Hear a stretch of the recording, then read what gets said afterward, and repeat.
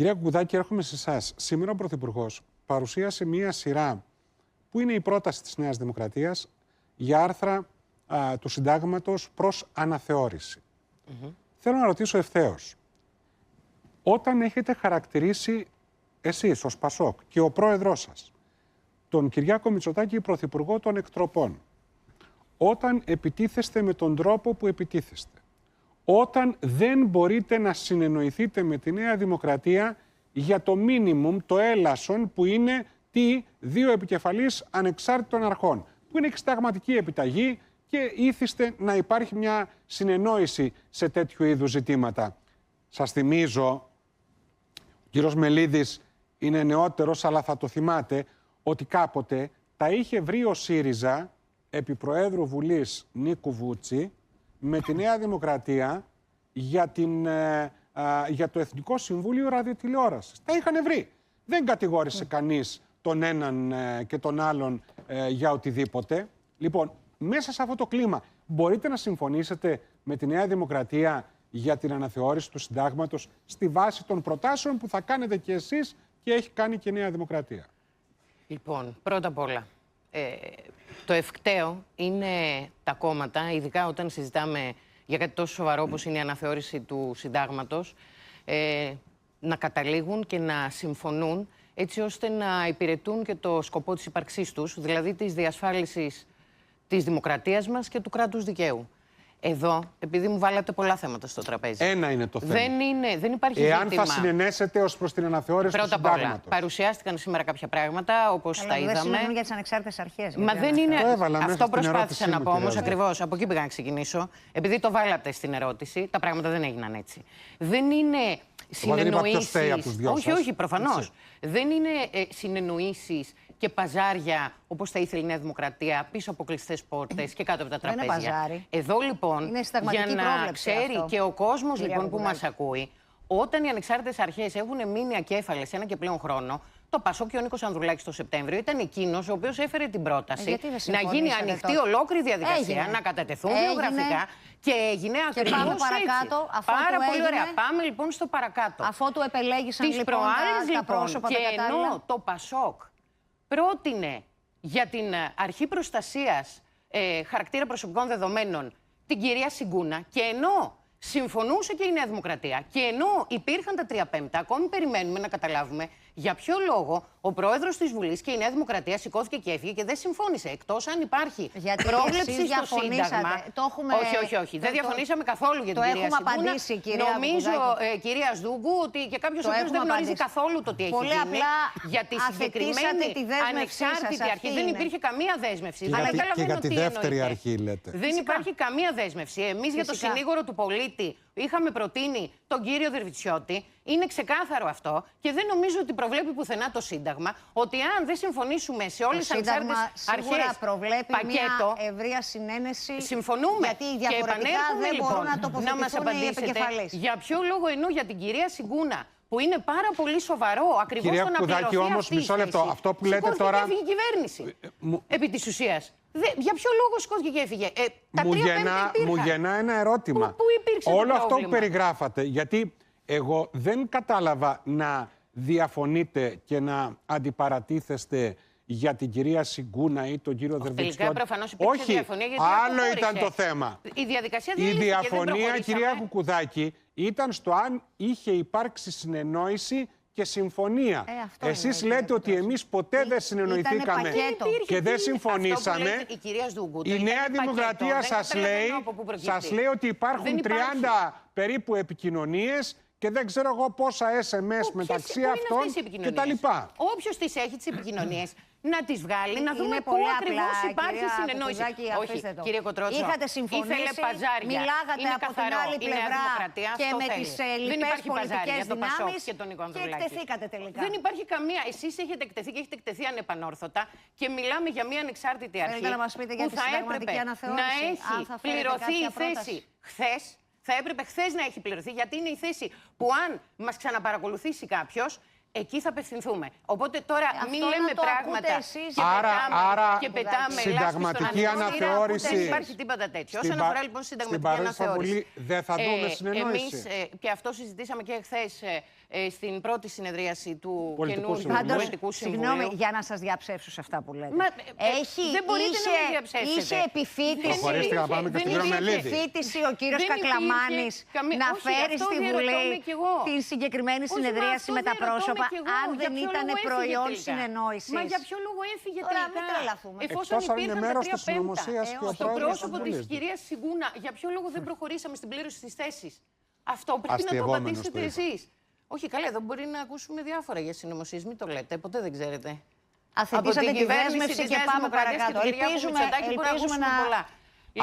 Άρα το Πασόκ λέει καμία συνεννόηση τώρα, 180 στην αναθεωρητέα Βουλή. Αυτό νομίζω είναι ξεκάθαρο, έτσι κι αλλιώς. Άρα να είχαμε να λέγαμε συζήτηση, θα κάνουμε για το Σύνταγμα, χωρίς να κάνουμε συζήτηση. Ουσιαστικές προτάσεις που ήδη έχουμε καταθέσει και μακάρι να γίνει γόνιμα ακριβώς όλη η συζήτηση αυτή και να καταλήξουμε κάπου, γιατί εδώ θα μου επιτρέψετε να πω ότι μέσα από το κλίμα όταν λέτε ότι ο Μητσοτάκης κάνει εκτροπή, πώς θα συνεννοηθείτε? Μα μας εμπέζει, δεν είναι μόνο οι θεσμικές εκτροπές που παρακολουθούμε να συμβαίνουν μπροστά μας η μία πίσω από την άλλη. Έρχεται και λέει θα αναθεωρήσω το άρθρο 86, που αυτό και αν το έχει εργαλειοποιήσει, η κυβέρνηση της Νέας Δημοκρατίας και η κυρία Κοσμητσοτάκη. Να σας θυμίσω κάτι για να καταλάβετε τι εννοώ. Κύριε Κοτρότσο, δεν πρέπει για την εργαλειοποίησή του μιλάμε. Δεν πρέπει να το εφαρμόσουμε σήμερα. Απλά εδώ να θυμίσω, κυρία Τότε γιατί δεν το εφαρμόσετε για την κυρία Ραμπατζή, ενώ πήγαμε σε fast track γιατί εκεί είπαμε να πάμε τελικά στο Δικαστικό Συμβούλιο άμεσα. Η κυρία Ραμπατζή έρχεται 5 Απριλίου, ζητάει η ίδια να ψηφιστεί η προανακριτική για να μην υπάρχουν σκιές για το πρόσωπο της και τώρα κατατοδοκούν βλέπετε πόσο ευγενής είναι. Δεν είναι έτσι, δεν είμαστε ανακριτές. Και μην εκνευρίζεστε. Δεν είμαι καθόλου συγχυσμένη. Ίσα-ίσα και είναι χαρά μου πάντα όταν είμαστε βάλτε μία τελεία. Κυρία Μελίδη. Γίνουμε εδώ πέρα λαϊκό δικαστήριο. Δεν θα γίνουμε πλυντήριο όμως, κυρία Κοσμητσοτάκη. Κανένας δεν θέλει λαϊκό δικαστήριο. Δεν θέλει πλυντήριο όμως. Νομίζω ότι η συζήτηση περί προσώπων, ξέρετε, ή να λέμε αν μας κάνει ο ένας ή ο άλλος, παραπέμπει όντως σε κάποιο τύπου διαπραγμάτευση.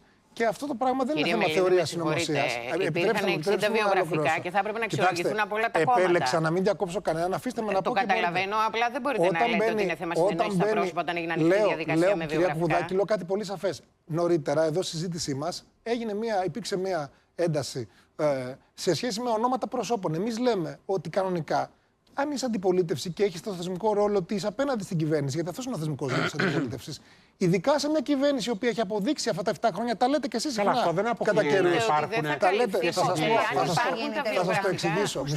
Μισό λεπτό. Εμείς λέμε ότι δεν μπορεί να γίνεται μια διαπραγμάτευση σε επίπεδο μόνο προσώπων. Αυτό λέμε και είναι σαφές. Πολιτικό είναι το σχόλιο. Από εκεί και μετά, εντάξει, έχουν βγει πάρα πολλές φήμες, δεν μπαίνω στην κουβέντα αυτή, λέω.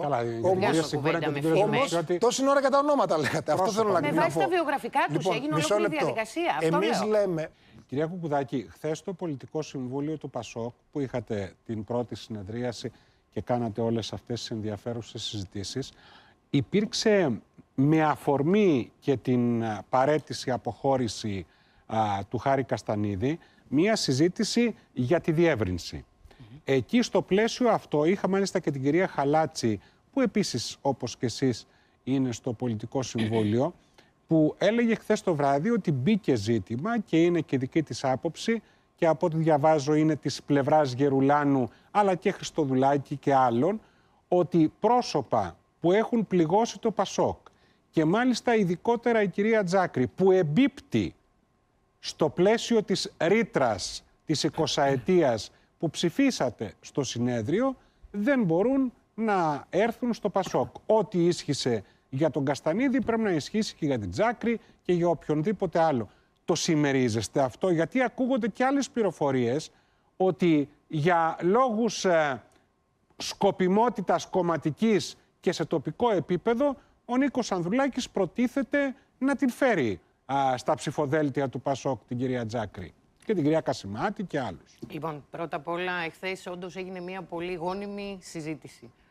Απλά επειδή εδώ μου πετάτε ονόματα σε μια κλειστή διαδικασία στην οποία είχαμε χθες και είμαι πραγματικά χαρούμενη Γιατί προχωράμε και προχωράμε ενωμένοι. Γράφονται και λέγονται μέρες τώρα. Απλά, ξέρετε, και η κυρία Χαλάτση... Η κυρία Χαλάτση ήρθε η ίδια εδώ εχθές. Μα το είπε εδώ. Πράγματα. Μου βάλατε στο τραπέζι από τον κύριο Χριστοδουλάκη μέχρι δεν ξέρω εγώ ποιον. Μα ο κύριος Χριστοδουλάκης έκανε δηλώσεις. Μα δεν υπόθηκαν αυτά τα πράγματα εχθές. Σε κάθε περίπτωση, για να σας απαντήσω. Εγώ αναφέρομαι στις δημόσιες δηλώσεις σήμερα εδώ στο Άξον 24 του Μανώλη Χριστοδουλάκη και της Εύη Χαλάτση χθες το βράδυ εδώ. Και υπάρχουν και τα ρεπορτάζ, τα ξέρετε, εξαιρετικό ρεπορτάζ. Ο Γιώργος Πιέρος σήμερα στο ΆΗ Εφημερίδα και άλλοι εξαιρετικοί πολιτικοί συντάκτες που καλύπτουν Πασόκ. Δεν διάβασα το γραφείο τύπου του Πασόκ καμία διάψευση αυτών των ρεπορτάζ. Λοιπόν, μισό λεπτό. Διαψεύστε το, εγώ έτοιμος είμαι. Πρώτα απ' όλα κανένα στο ρεπορτάζ σας έτσι κι αλλιώς. Και γι' αυτό το παρακολουθούμε. Ενώ όλων όσων αυτή τη στιγμή στο κανάλι κάνουν ρεπορτάζ. Δεν εννοώ εσάς προσωπικά. Η ερώτηση ήταν πολύ απλή. Πάμε λοιπόν στο απλό. Εχθές λοιπόν κατά τη διάρκεια της συνεδρίασης προφανώς και έγινε συζήτηση και ως προς τη διεύρυνση. Δεν είναι το ζήτημά μας όμως, εδώ αντιλαμβάνουμε, επειδή είναι σαφές και το έχει πει πρώτος ο Νίκος Ανδρουλάκης, ότι πρόσωπα τα οποία έχουν πληγώσει ανεπανόρθωτα την παράταξη, δεν εννοούμε ότι όποιος περνάει απ' έξω συμπεριλαμβάνεται στη διεύρυνση. Είναι σαφές αυτό. Από εκεί και πέρα, θα μου επιτρέψετε, επειδή όλο το κομμάτι της διεύρυνσης που για μας είναι στοίχημα, και όταν λέμε διεύρυνση, εννοούμε μια μεγάλη κοινωνική πλειοψηφία που θα θέλει να έρθει μαζί μας για να κάνουμε πράξη, φέρνοντας την πολιτική αλλαγή, το πρόγραμμα του Πασόκ. Που αυτό είναι και η παρακαταθήκη μας, αν μου επιτρέπετε, από όταν ιδρύθηκε το Πασόκ ως παράταξη. Κυρία Κουκουδάκη, εδώ, λοιπόν, δεν αναφέρομαι στην κοινωνική πλειοψηφία τώρα. Εμάς όμως αυτό μας ενδιαφέρει αυτή τη στιγμή. Δεν αναφέρομαι στον Γιώργο, στην Αλεξανδρούπολη, στην Μαρία, στην Κοζάνη και στη Δέσποινα στην Καλαμάτα. Το Πασόκ όμως, κύριε Κοτρότσο, είναι ο Γιώργος στην Αλεξανδρούπολη, η Μαρία στην Κοζάνη. Αυτή είναι η δύναμη του Πασόκ. Ο κόσμος, η κοινωνία. Θέλετε να μου πείτε ότι χθες στο Πολιτικό Συμβούλιο μιλήσατε για τον Γιώργο της Κοζάνης και τη Δέσποινα της Καλαμάτας? Ή μιλήσατε? Δεν ξέρω γιατί το λέμε έτσι απαξιωτικά για οποιονδήποτε. Αλλά, εν πάση περιπτώσει. Μην το βάζετε στο στόμα μου, αποσύρτε το. Δεν απαξιώνω κανένα. Αναφέρομαι. Πείτε μου, δεν μπορώ να απαντήσω, δεν θέλω να απαντήσω. Η κυρία Τζάκρη εμπίπτει. Είμαι πολύ σαφής. Μα εγώ δεν την ξέρω καν την κουβέντα. Είστε πάρα πολύ σαφείς. Δεν την ξέρω την κουβέντα που να αφορά στην κυρία Τζάκρη. Και απορώ. Δεν υπάρχει καμία συζήτηση με το για να έρθει η κυρία Τζάκρη στο Πασόκ. Δεν το γνωρίζω εγώ. Αν η κυρία Τζάκρη θέλει να έρθει στο Πασόκ, υπάρχουν και άλλοι που θέλουν να έρθουν στο Πασόκ. Εμπίπτει στην 20ετία δια της οποίας απεκλείστη ο Καστανίδης ή όχι? Πρώτα απ' όλα δεν απεκλείστη ο κύριος Καστανίδης γι' αυτό. Κύριε Κοτρότσο, τώρα βάζετε εσείς στα στόμα μου λόγια και τα βάζετε και σε μια διαδικασία.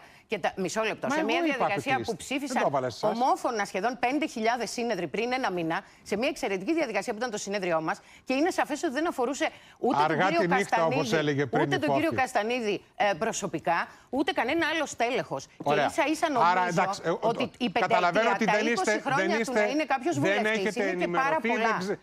Ο βουλευτής δεν είναι επάγγελμα. Δεν θα έπρεπε να είναι. Θα έπρεπε να είναι λειτουργήμα. Δεν ξέρετε κάτι για την κυρία Τζάκρη? Κυρία Χαλάτση, μάλλον. Και ο Γιώργος Χριστοδουλάκης και άλλοι μάλλον ξέρουν κάτι περισσότερο ή φοβούνται κάτι περισσότερο. Πάντως, εχθές και στο Πολιτικό Συμβούλιο δεν μπήκε ζήτημα επιπροσώπων έτσι όπως μου το βάζετε εδώ αυτή τη στιγμή. Η συζήτηση για τη διεύρυνση. Δεν είπα εγώ ότι μπήκε επιπροσώπων. Μα μου λέτε για την κυρία Τζάκρη όμως. Αυτό εννοώ. Μου λέτε κάτι συγκεκριμένο. Πραγματικά αισθάνομαι γάιδαρος. Για να σκάσω εννοώ. Όχι, δεν θέλω τέτοια πράγματα. Λοιπόν, λέω ότι όλη η συζήτησή σας που γίνεται αυτόν τον καιρό για αμφίπλευρη διεύρυνση αφορά πρόσωπα, κυρία Κουκουδάκη.